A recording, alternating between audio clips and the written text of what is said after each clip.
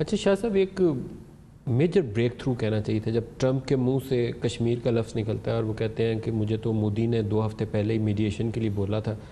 تو prime minister سے پوچھا کہ آپ تیار ہوں گے، تو پرائم منسٹر بڑا اسٹرانگلی اس چیز کو ویلکم کرتے ہیں. تو اس کے اوپر کیا پہلے سے کوئی دونوں میں ایکسچینجز ہوئی تھیں یا just all of a sudden Trump کے ذہن میں خیال آیا اور انہوں نے بول دیا وہاں پہ؟ سچی بات ہے، ہمیں اس کی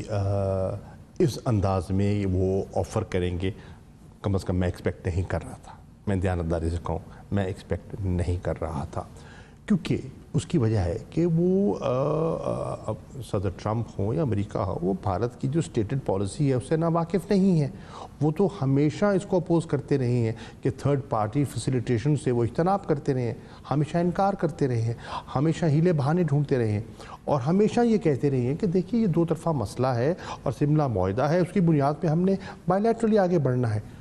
ہمارا موقف یہ رہا ہے کہ ٹھیک ہے، ہم اس بائی لیٹرلی آگے بڑھنے سے ہمیں تو انکار ہی نہیں ہے. جیسے حکومت معرض وجود میں آتی ہے تو عمران خان تو دعوت دیتے ہیں کہ آپ ایک قدم لیجئے امن کی طرف، ہم 2 لینے کو تیار ہیں. ہم تو انگیجمنٹ کی طرف ہم اوورچرز دیتے ہیں.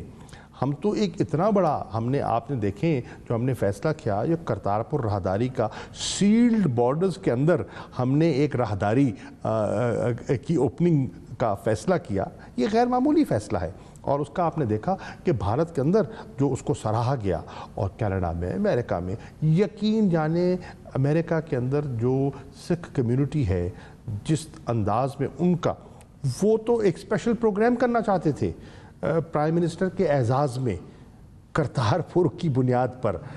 ٹائم نہیں تھا، بہت وقت مختصر تھا، ہم نہیں کر پائے. لیکن یہ ہے جذبہ اب، لیکن اس پر وہ آگے ٹس سے مس نہیں ہوتے.